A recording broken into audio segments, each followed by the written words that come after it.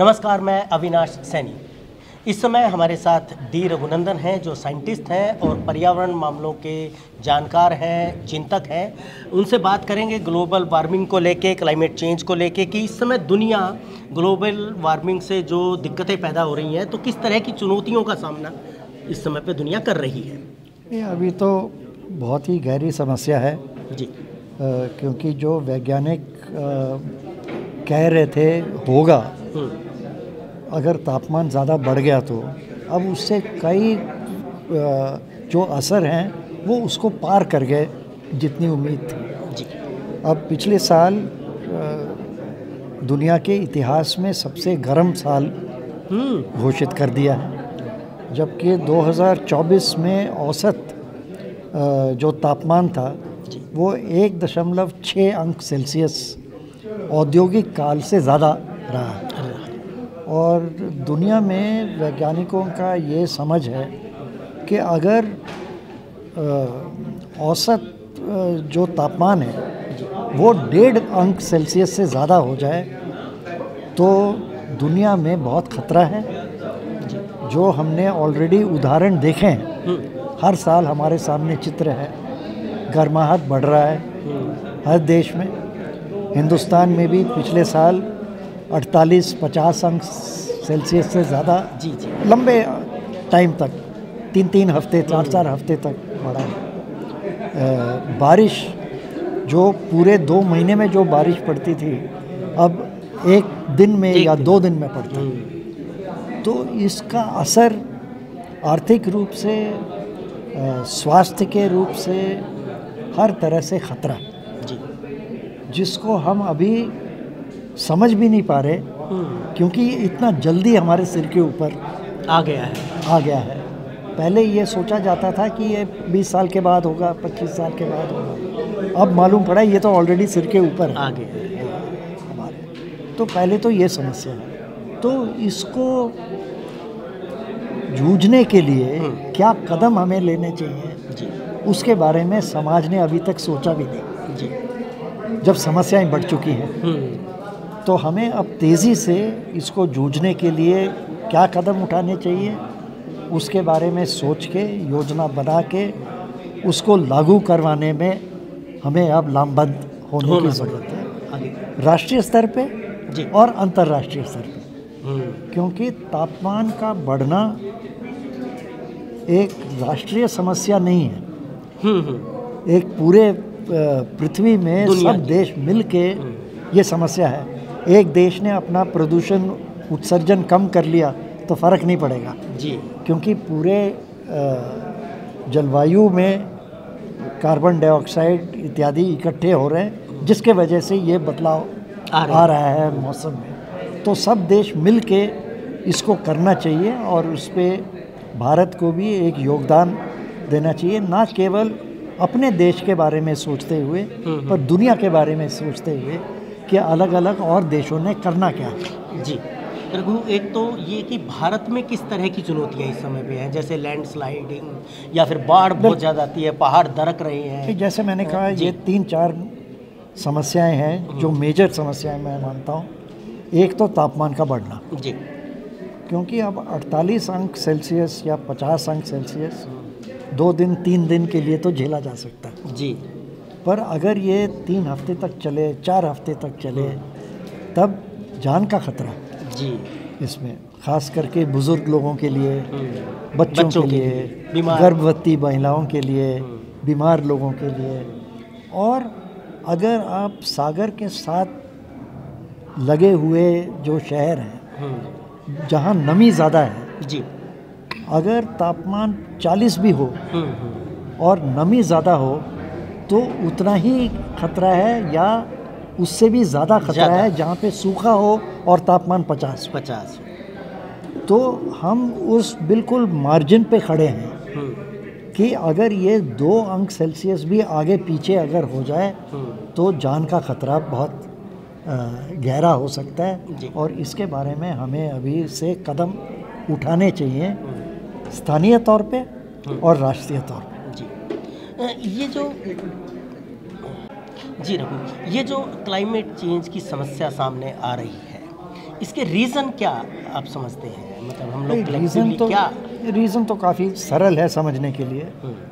वो ये है कि हम पूरी दुनिया में औद्योगिक काल के बाद पूरी दुनिया की अर्थव्यवस्था, रहन सहन इस पे आधारित है कि हम कोयला, पेट्रोल इस टाइप के पदार्थों को जला के ऊर्जा पैदा करके हमारा समाज चलता है। हमारे उद्योग चलते हैं, हमारे यातायात चलता है, ट्रांसपोर्ट इससे चलता है। तो और ये अगर हम तेल, कोयला इसको जलाएं ऊर्जा के लिए, तो जलाने में ये कार्बन डाइऑक्साइड पैदा करता है। और कार्बन डाइऑक्साइड जहाँ जलवायु में, हमारे अंतरिक्ष में जब इकट्ठे होते रहते हैं, तब वो सूरज की गर्माहट को पृथ्वी के अंदर बांध के रखता है। और जितनी गर्माहट को हम बांध के रखते हैं उतना तापमान बढ़ेगा।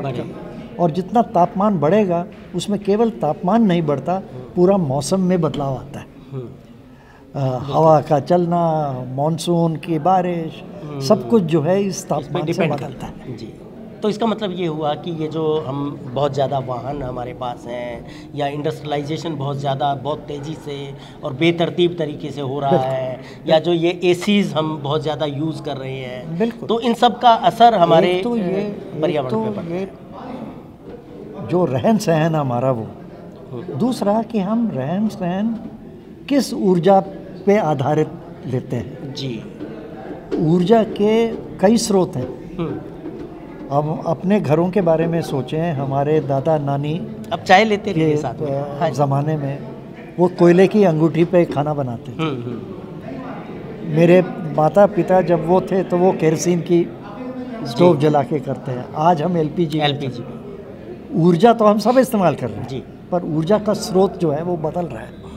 वैसे ही अब हमारे ऊर्जा का स्रोत जो है, अब कोयले तेल से हटके हमें अब सौर्य शक्ति, पवन शक्ति, जो कि कार्बन डाइऑक्साइड नहीं बनाता, उनको इस्तेमाल करके हमें करना चाहिए। और हमारे समाज को उसके मुताबिक बदलाव जो चाहिए उसको हमें करना पड़ेगा। जी, तो इसमें जो सवाल निकलते हैं वो 2-3 चीज़ें हैं। पहली तो ये कि दुनिया के स्तर पे जो कोशिशें हो रही हैं इसको, क्लाइमेट चेंज के जो खतरे हैं इसको रोकने की, क्या वो सफिशिएंट है और क्या और किए जाने की ज़रूरत है? देखिए, अभी तक जो कदम उठाने चाहिए वो सफिशिएंट नहीं है।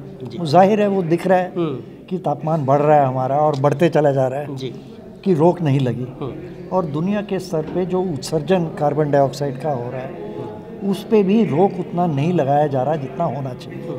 ख़ास करके जो विकसित देश हैं, जो प्रति व्यक्ति जो उनकी ऊर्जा की खपत है हमसे कई गुना ज़्यादा है, तो उनका जितनी कटौती होनी चाहिए वो नहीं हो रहा है।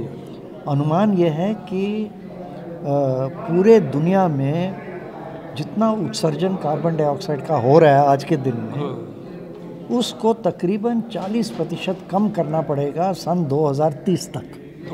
अगर हमने इस समस्या को काबू में लाना हो, तो वो तब तक नहीं हो पाएगा जब तक अमेरिका, यूरोप और चीन जी इस पे ठोस कदम ना उठाए। लेकिन अमेरिका तो जिस तरह से अभी सरकार बदली है, नहीं कर रही है, ट्रंप सरकार आ रही है। पर एक बात मैं बताऊं कि देखिए, आज के ज़माने में ख़ास करके उन देशों में जहां अब इस समस्या को लेके केवल राष्ट्रीय स्तर पे नीति बनाने का काम नहीं है, पर वो अब समाज को चलाने के रीति रिवाज तक पहुंच गया है जी। तो जनता इसको मानेगी नहीं कि ये ऐसा ही चलता रहे जी। तो ट्रंप चाहे कुछ भी करे, यूएस में 50 राज्यों में से तकरीबन 28-30 राज्य ऐसे हैं जिन्होंने अपने टारगेट बनाए, चाहे वो राष्ट्रीय स्तर पे टारगेट हो ना हो। और ऐसे ही वहाँ पे शहर भी अपने टारगेट बनाते हैं। तो अब ये जनता का मुहिम बन चुका है। तो मैं तो ये उम्मीद करता हूँ कि आज नहीं तो कल ये समस्या वहाँ पे भी हल होगा। चक्कर ये है, आज और कल में बहुत फ़र्क है। क्योंकि ये संकट जो है हमारे सिर के ऊपर चढ़ा हुआ है, इस पे ठोस कदम जल्दी से होना चाहिए। तो ये दुनिया के स्तर की बात हुई, देश के स्तर पे हमें क्या करना है? देश के स्तर पे हमने अपने रहन सहन तो बदलना होगा ही, पर उससे ज़्यादा सरकार को हमारी अर्थनीति, अर्थव्यवस्था, उद्योग कैसे चलते हैं उसमें जल्द से जल्द बदलाव लाना पड़ेगा। जिस रफ्तार पे हम आज जा रहे हैं वो रफ्तार सही नहीं है। उस पे बहुत तेज़ी बढ़ाने की ज़रूरत है, क्योंकि एक तो हमारे देश की जनता के ऊपर इसका असर बहुत पड़ रहा है। धूप से, गर्माहट से, बारिश की वजह से जो तबाही हो रही है, चाहे वो लैंडस्लाइड की वजह से हो, शहर में बाढ़ आ रहे हों, हर साल इसमें हज़ारों करोड़ रुपए का नुकसान हो रहा है। कैसे झेलेंगे हम? बिल्कुल सही। तो इसके लिए जो कदम उठाने चाहिए उसमें भी पैसे लगेंगे, पर अगर हमने हर साल लाख करोड़ रुपए हमने गंवा दिए तो फिर वो पैसे आएंगे कहाँ से? तो मोटे मोटे उस पर किन किन चीज़ों पे ध्यान देना चाहिए? जैसे बिल्डिंग स्ट्रक्चर्स है, मेरे को तो या गार्बेज का बिल्डिंग पे है। हाँ जी। बिल्डिंग को ऐसे बनाना चाहिए कि उसमें ठंडक लाने के लिए ऊर्जा कम लगे जी, एसी कम लगे, उसकी मांग कम हो। एक तो वो, दूसरा गर्माहट को रोकने के लिए ख़ास करके शहरी इलाकों में वहाँ पे पेड़ और लगाना जी, तालाब इत्यादि बनाना, नदियों को ठीक से रखना, जिससे कि गर्माहट को थोड़ा कम किया करे। 3-4 डिग्री का फ़र्क इसमें पड़ जाता है। इसको लेकर शहरों के अंदर जो योजना के स्तर पे जो कदम उठाने चाहिए, ये देखने के लिए कि गर्माहट कम हो शहर के अंदर, कि बाढ़ ना हो, ताकि जो बारिश का पानी पड़े उसके लिए निकलने का रास्ता भी हम बनाएं और जगह बनाएं उसके लिए। ये सब हमें शहरीकरण के जो नीतियां हैं उसको बदलने से होता है जी, तो वो बदलना होगा। बिल्कुल जी।